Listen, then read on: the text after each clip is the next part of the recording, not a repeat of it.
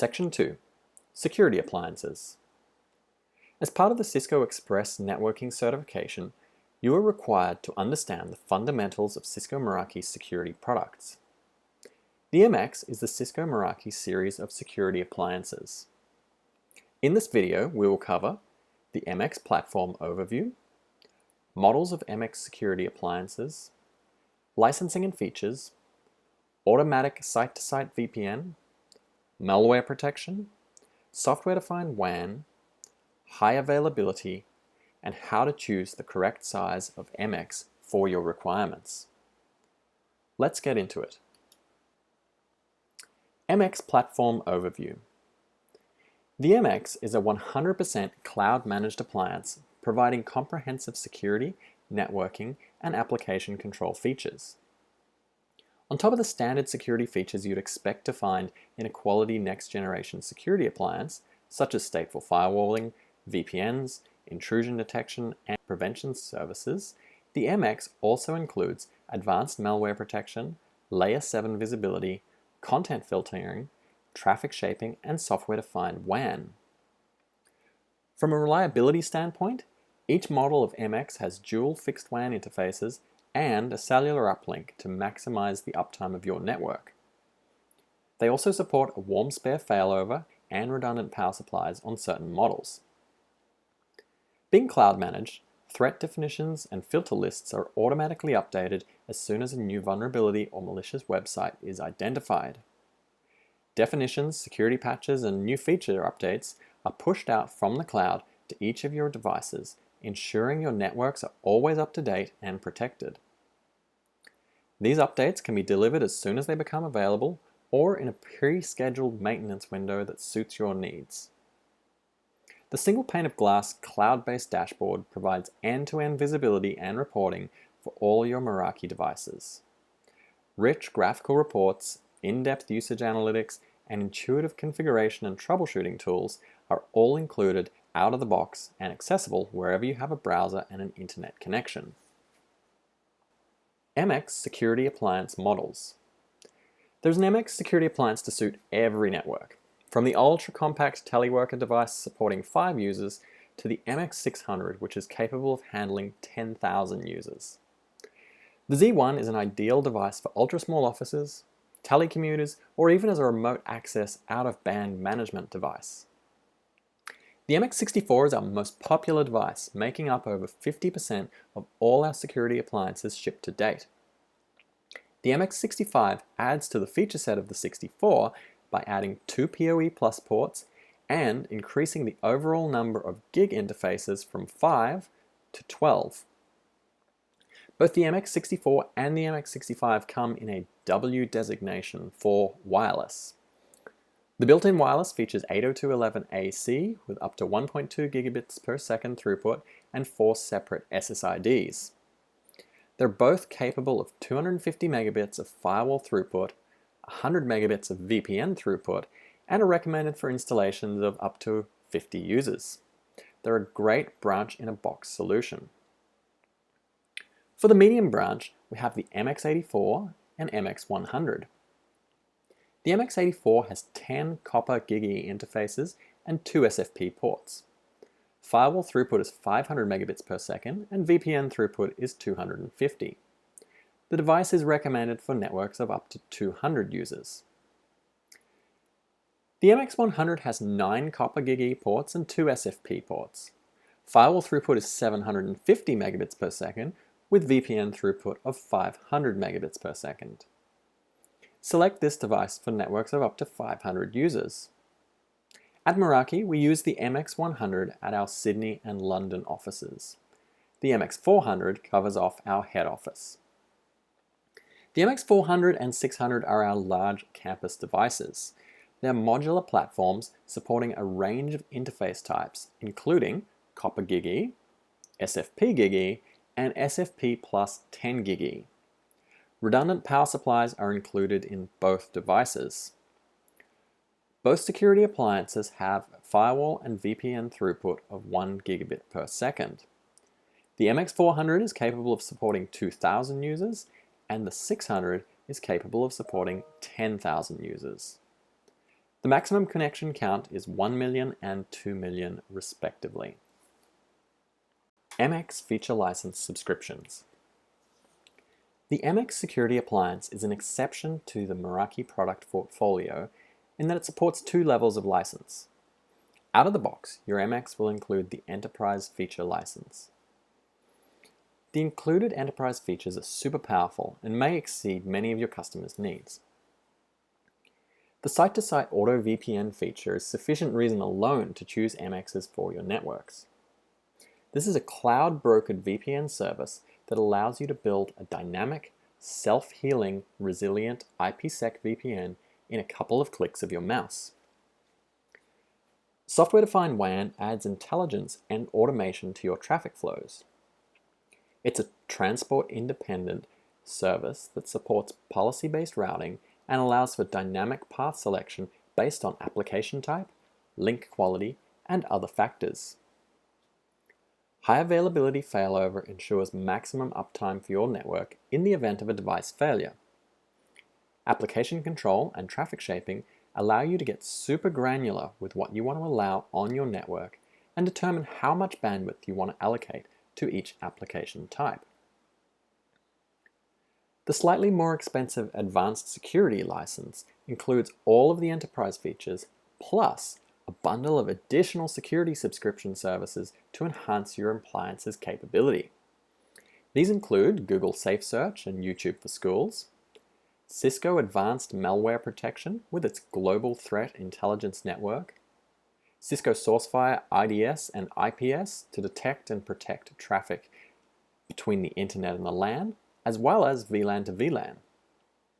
ThreatGrid Behavioral Monitoring provides sandbox execution of potentially malicious files, and IP Geolocation Database for geographical-based firewall rules. The most important thing to know about these 2 licenses is that you must be running the same licensing level organization-wide. Now, you may have multiple networks within your organization and say, hey, I really want to run advanced security at my head office, but only enterprise out at the branches and for the teleworkers. Well, you're not able to do that. All MXs in the organization must be licensed to either all enterprise or all advanced security. Now, there is a workaround to this. You could put the headquarters MX in one organization and the branch offices in another, but it's not ideal. Firstly, you'll lose your aggregated end-to-end reporting and analytics, as this rolls up to an organizational level. Secondly, you won't be able to take advantage of the Auto VPN to automatically configure and heal your site-to-site VPNs. You can still set up non-Meraki VPNs between organizations like you would to an ASA or Azure, but you'll lose some of the really compelling features that are in Auto VPN. So our recommendation is have all MXs in the one organization. MX feature, Automated Site-to-Site VPN. This feature alone is enough to deploy Meraki MXs at every single site in your network. VPNs are something that has traditionally been complicated to set up and support and prone to misconfiguration. Picture this. You've shipped a router out to a new branch office that's being set up. You configured it all on your desk before it left. It just needs to be plugged in when it gets to site. Barry, the cabling contractor, is on site and has racked up the equipment and plugged it in. But the tunnel just won't come up. You phone Barry. Barry, I need you to console into the router and type some commands for me. Okay. Which one's the console port? 30 minutes later, you've got Barry set up, you finally configure his serial port, you download PuTTY, and you've got a console. We're getting there. Okay, Barry, I want you to type show run and hit enter. Okay, now scroll down until you see the word crypto and read to me what it says there. This is going to be a long, slow process. Does this scenario sound familiar to anyone? I know it's happened to me. With Meraki MX Auto VPN feature, all of the headache of site-to-site VPNs is removed. Because all Meraki devices talk to the centralized cloud dashboard to fetch their configurations, you'll never again end up in a situation phoning Barry to step them through crypto maps or hashing methods due to a bricked offline device. Not only is the distribution of configurations seamless, the actual setup of the VPNs couldn't be easier. It's a simple matter of clicking a radio button to select whether your MX is a hub or a spoke. Then, if you've selected spoke, picking a hub from the drop-down list. Now, if you want to add resilience to your network, you can select a second hub or a third and arrange them in order of preference. Finally, browse the list of local networks and check yes or no as to whether you'd like them to be available on the VPN. You're done. It's as simple as that. You now have a fully resilient hub and spoke VPN between your sites. Because the VPN is cloud brokered, if your MX is on a dynamic IP and changes its address, it'll simply update the dashboard and the new configs will be pushed out to all the other MXs that are participating in the VPN. Easy stuff. From a monitoring and troubleshooting perspective, Dashboard gives a really beautiful and intuitive view of your VPNs, as you can see on the right-hand side of this slide. Usage and latency graphs and a breakdown of all peer information is right at your fingertips. Plus, the circular chart on the right of the page shows you visually how much traffic is traversing each site-to-site link. MX feature, malware protection. Like all things Meraki, we like to offer comprehensive features with minimal complexity. The Cisco Advanced Malware Protection team and the Meraki MX teams worked really hard to bring the best anti-malware solution in the industry to the MX platform. Now that it's fully integrated, the MX gets access to the AMP Global Intelligence Database with the ease of use of the Meraki dashboard. The AMP Intelligence Database has over 500 million known files and receives 1 million new samples every day. This means that your network can be protected even from the newest of threats, because AMP is watching your back. Downloaded files will get checked in real time against the global AMP database. We can even retrospectively detect malware. Now, no solution can detect 100% of the malware. One of your users might be unlucky enough to be patient zero. If they happen to download some malware that's not yet been identified as a threat, but is a few hours or a few days later, you as the administrator will get notified so that you can take corrective action against the files that have already been downloaded. The Security Center gives you a graphical view of what threats have been blocked, where they're coming from, and which users or hosts are triggering them. It also combines information from the IPS and IDS so that you're presented with a more holistic view of your security landscape. ThreatGrid provides sandbox execution of unknown files either in the cloud or on a local sandbox. You can monitor and play back the actions performed by the file to determine its intent. Software-defined WAN characteristics. SD-WAN provides MPLS-like functionality at a fraction of the cost or complexity. There are 4 main areas that Gartner says are required to classify a solution as SD-WAN. The first of those is transport independence. The solution must be completely agnostic to the underlying connection type. So it doesn't matter if you build your SD-WAN over the top of an existing carrier MPLS network, the public internet, LTE, 3G, satellite, or even dial-up. It's going to work. Secondly, SD-WAN needs to offer dynamic path selection. The SD-WAN enabled appliance must be able to identify multiple paths and offer some sort of intelligence in how it chooses to best route to the destination, without manual intervention. A simple interface for managing the WAN. Well, if the interface is not simple, we might as well go back to hand configuring MPLS PE routers via the CLI. And must support VPNs. To create an overlay WAN, we need to stitch together all of these features somehow and make sure it's secure and can advertise our local networks to remote sites. This is achieved by the use of virtual private networks. So at Meraki, our MX appliances absolutely meet and exceed all of these requirements set out by Gartner. MX feature software-defined WAN. So how do we go about implementing this? SD-WAN completely abstracts the transport away from the service, giving complete transport independence. We do this by using our AutoVPN functionality. As long as there is IP reachability, AutoVPN will build the IPsec overlay tunnels. Application optimization. As with all Meraki devices, application visibility is built right in. You can use this application awareness combined with QoS and traffic shaping and ensure super granular control over the traffic flows on your WAN. Meraki supports not only failover and load sharing, but granular intelligent path selection based on individual traffic flows and traffic types. You can set specific rules based on source address, destination address, port number, application type, or a combination of any of those things. As well as brute failover, when a link goes down, we also support soft failover of individual traffic types based on custom criteria. So what does this mean? Well, you can set up a custom performance class that says, for example, VoIP traffic should be on a path with less than 150 milliseconds of delay. The preferred link for this voice service may not fail completely, but due to congestion or upstream issues, have high latency. The MX device will monitor these thresholds and dynamically move the voice traffic over to a more suitable WAN connection.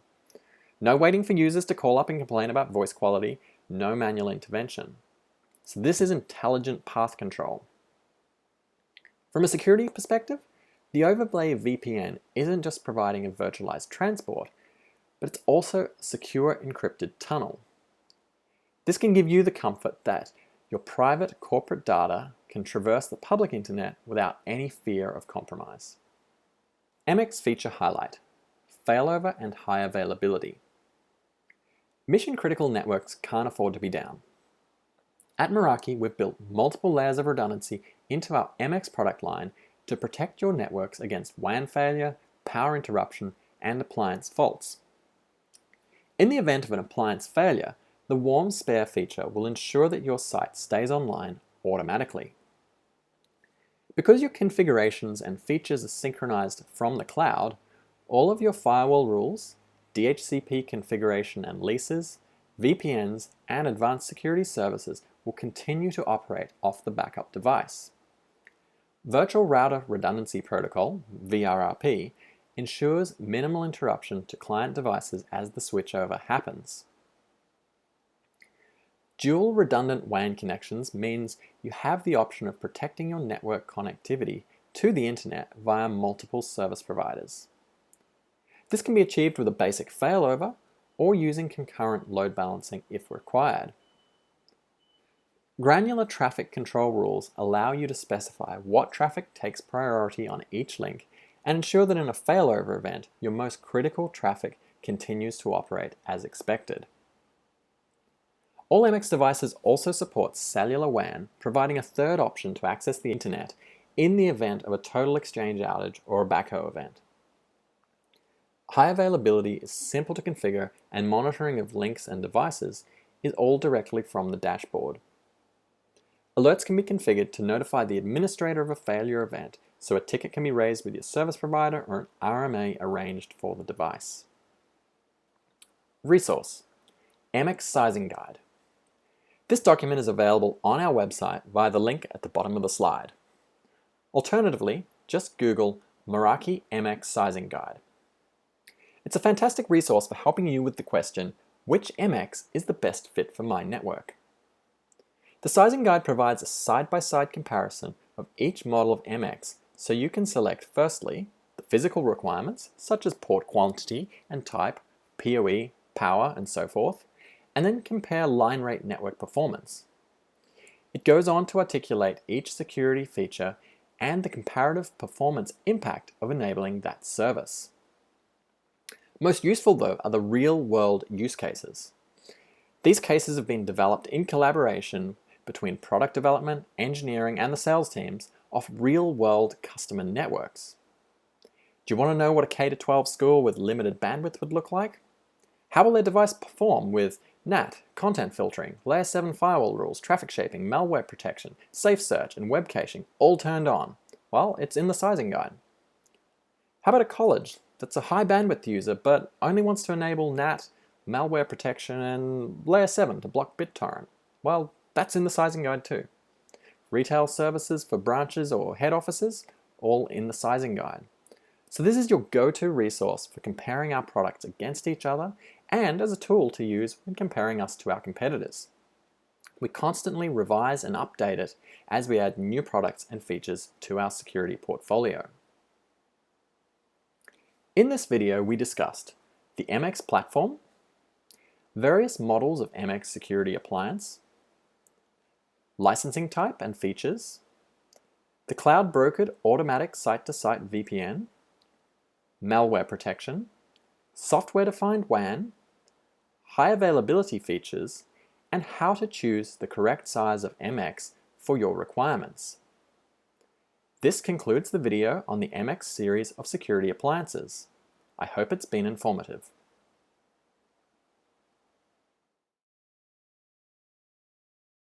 Hi, my name's Joe, and in this video I'm going to show you how to give an effective Cisco Meraki MX security appliance demo. All of this demoing will be done in the Cisco Meraki dashboard that you see before you, and in addition to some general demo tips, we're also going to cover 4 specific key feature areas that are important to include in demos. The first of those is next generation firewall functionality. The second is advanced threat capabilities. The third one that we'll talk about is VPN. And finally, software-defined WAN, or SD-WAN, as you may have heard it called.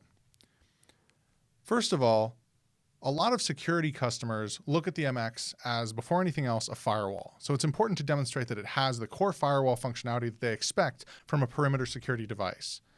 This security appliance firewall page has most of that functionality contained in it.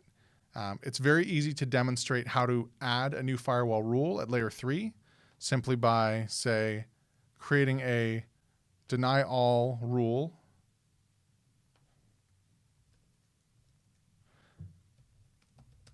and then creating a series of rules above it. And we can reorder them here with this little compass point icon. So if we want to allow ICMP traffic from a particular subnet to any destination or to a particular subnet and say allow ping from voice subnet, we can do that, right? We can demonstrate how easy it is to configure these rules in this dashboard. It's important to call out that while these can be configured on a network by network level at individual locations and on individual MXs, you can also configure this in a template format where you have one configuration shared across multiple MXs. So that makes it very, very easy to apply these firewall rules at scale. Now, while layer 3 firewalling is important, more and more the industry is moving towards application level firewalling, the layer 7 component. So that's where you really want to focus your time on this page. Down here in the layer 7 firewall section, you can again demonstrate how easy it is to create something like a rule blocking BitTorrent traffic, or even all peer-to-peer traffic. Another rule that is blocking sports-related traffic. Another rule that is blocking an individual HTTP hostname like hp.com. So again, it's important to focus on the simplicity, how easy it is to accomplish these functions. It's all GUI, it's all point and click. Now, this is probably the most straightforward functionality in the MX because it is just firewall functionality. When we move past just perimeter firewalling and into the more advanced threat protection, that's where some of the really powerful Cisco technologies that we've implemented come into play. So moving away from this firewall page and to what we call the threat protection page.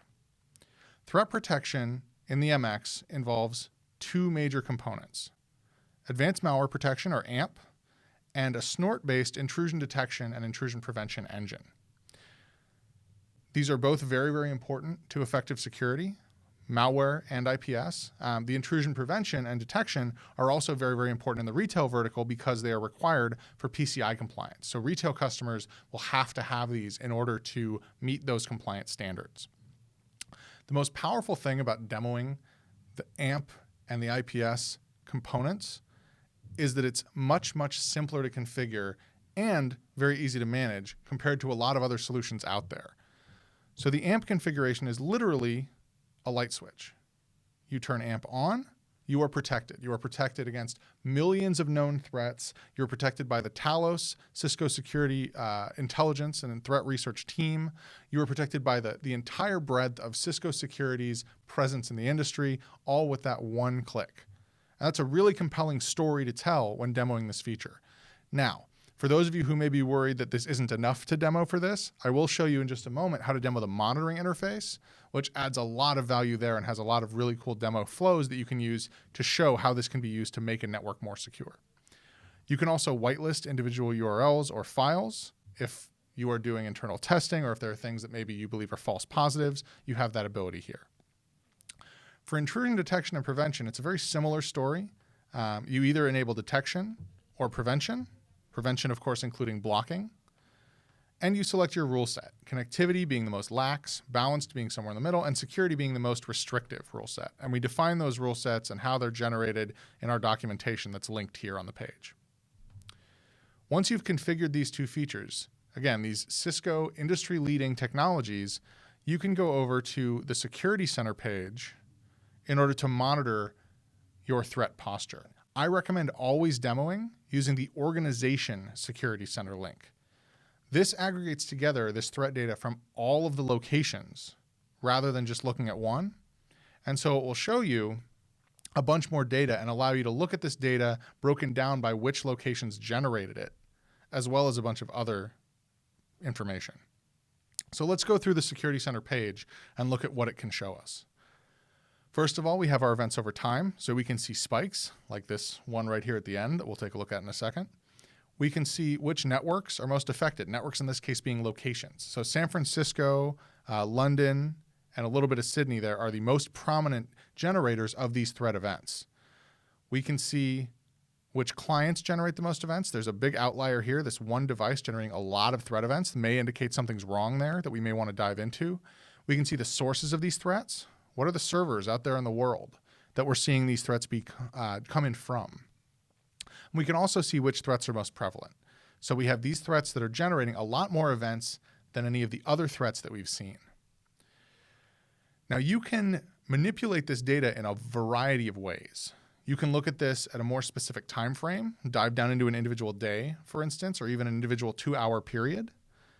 You can pivot this on a specific network to only see that location. You can go to a specific client and show only data for that client, only data for a particular threat source, or only data for a particular threat. You also have the ability to dive in deeper on any of those areas and see things like the summary report for that network, the clients page that we looked at earlier for that individual client, a who is lookup for the source to see exactly where these threats are coming from, or more information about a threat either through the snort signature or various documentation and threat publications that we'll link to there. All of this data can be viewed as well through the events page here, which shows the same data, but rather than summarizing it and aggregating it together, it shows the individual threat events or alerts in more of an event log style format. And you can actually, let's use this second client here, drill into that client and see their information, how they're connected to the network, right? What applications are using, the same data we saw before, and we can block them from the network or change their policy. This is another great way to show how easy it is to move from detecting a threat to preventing that threat from accessing or further infecting your network. This user will now be blocked from the network until they bring their computer in and you can image it, reformat it, clean it up, and then get it back onto the network. So that's another really compelling story to tell to those customers that are interested in the security capabilities. Now let's shift from the security component over to talking more about the connectivity side of the house. There are two major pieces there that we want to look at, and they're actually tied pretty closely together. The first is what we call Meraki Auto VPN, which is our site-to-site VPN that connects different branches or different locations in a customer's environment. And the second will be SD-WAN, which actually uses those VPN tunnels, those connections that are created to determine the best way to send traffic between locations. So let's start with Auto VPN. AutoVPN is an incredibly powerful tool that we can use to connect different locations. And the reason it's so powerful is that it's very flexible, but it's incredibly easy to configure. So if I want to create a connection between Sydney, San Francisco, and London, let's say I'm bringing up Sydney as a new office, and I want to talk to San Francisco and London. In order to do that with most implementations, I have to go through a series of steps where I'm inputting manual data to tell these devices how to connect to each other, how to trust each other, what to use as the security mechanisms, what kind of paths to take to get to each other, all of these pieces of information. Because all these MXs are talking to the Meraki cloud, we can automatically generate this data. We can actually broker these connections. And the way that we do that is with AutoVPN.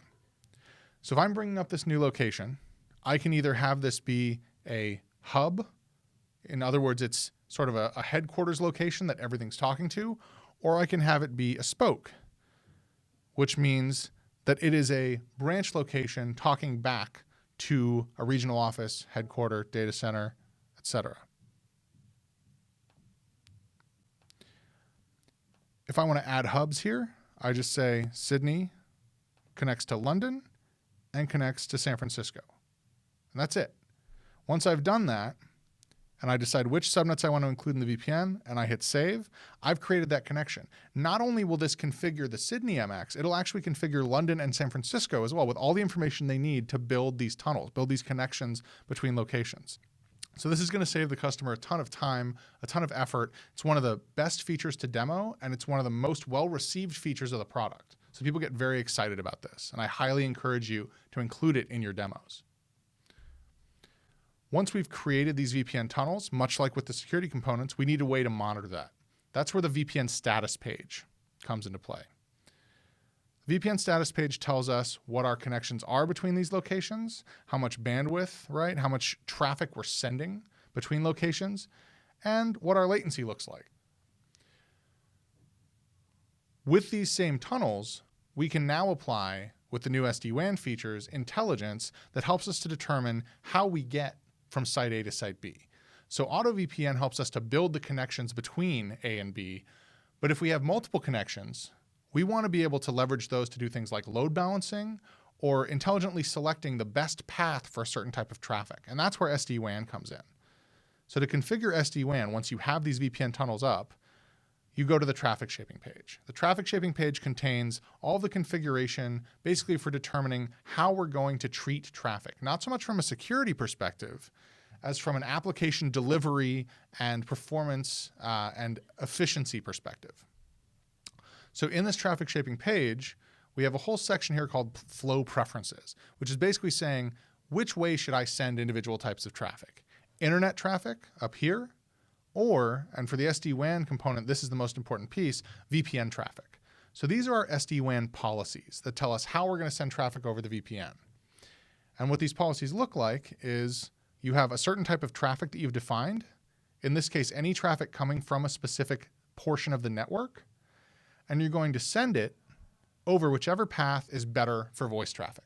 That's a built-in classification that we include based on what's called the MOS score, which is a standard industry scoring, performance scoring criteria for voice. Or you can set a specific uplink that you prefer, and you can actually set what we call dynamic path selection rules to say, I want to use WAN 2, my second uplink, but I want to fail over to the other uplink if I don't have the performance I want. And you can define what that performance goal is, either with our pre-built, again, voice classification, or using custom classes that you configure back here on this same page under custom performance classes. So you configure the maximum acceptable latency, loss, and jitter, and then you create a policy that allows you to say that you're going to send certain types of traffic only over paths that meet those performance criteria. This is very common for voice deployments, wanting to make sure that if you have multiple paths, you're always using one that has acceptable voice quality. It's also common for business critical data applications where you might have very high performance needs, where an application that is going to react very poorly if the performance on that link starts to fail. What this allows customers to do is to be able to have, say, 2 internet connections at a branch or an internet connection at an MPLS circuit, and to not only load balance traffic across them between branches or between the branch and the data center or headquarters, in order to make the most of all that bandwidth they're paying for, but also to make sure that applications are delivered efficiently and with high performance based on the specific needs of those individual applications or types of traffic. So being able to say that you want to send your voice traffic over your MPLS because it's generally going to have better performance, but if that performance starts to fail, if there's an issue with the MPLS, you want to automatically fail that traffic over to an internet VPN is very powerful. It allows customers to drive down their cost, the connectivity costs for their branches, and it makes them more operationally efficient and reduces the amount of time they have to spend managing these kinds of routing changes, right, for their WAN when network conditions change. Again, on the monitoring side, it actually takes us back to that same VPN status page where we can look at, on this uplink decisions chart down here at the bottom, a live list of these decisions being made about where to send this traffic. So in our case, Sydney has 2 uplinks, 2 internet circuits, and it's talking to these other branches or these other locations. And we see a list here of all the flow decisions it's made about how to send this traffic, and it tells us what is the flow, which uplink was it sent over, and why. If we want to dive a little bit deeper into this, let's say into the connection between Sydney and San Francisco, we can click on this uplink decision and we can see historically over the last 2 hours, the last day, week, or month, what the performance looked like for those different connections. So in this case, we have Sydney to San Francisco coming from Sydney's first uplink going to both links in San Francisco, or from Sydney's second uplink to both links in San Francisco. So we can see these paths. And when we look here, we see the latency, jitter, loss, and MOS score historically for both of those connections, or even all 4 of those connections, if you really want to see everything at once. Personally, I tend to demo using these 2 individual pages. I find them to be less cluttered and more easy for customers to consume and understand. Now, when I mouse over an individual time, I see for both of those paths what the loss, latency, jitter, and MOS score was at that time. So I can see basically which link is going to be better at any given time. One really cool capability that I like to demo here is being able to mouse over a custom performance class and actually see a highlighted green area that represents that performance threshold. So we see here, if we look at the jitter threshold, green represents acceptable jitter for voice based on our criteria that we've set up in dashboard. We can see the blue line representing the current, or rather historical, jitter going over that green area in several places. So in those inflection points, at those times, this link was considered unacceptable for voice. So if the other link was acceptable, we would have failed voice traffic over to it. So it's a very easy way to demonstrate how this path decision-making works, and it allows customers to see how they can audit this and go back and look at this and determine why a path change actually occurred. Why was this traffic flipped over from WAN 1 to WAN 2? Well, it's because the jitter went above the acceptable threshold. There are several other features that we could demo. I think those are the 4 key ones that we wanted to highlight in this video. So again, next generation firewalling, intrusion prevention, and AMP under the advanced threat umbrella, VPN, and software-defined WAN. If you can demo those 4 components effectively, you'll be able to combine the ones you need to build an effective demo for pretty much any audience. So thanks for taking the time to watch this video, and happy demoing.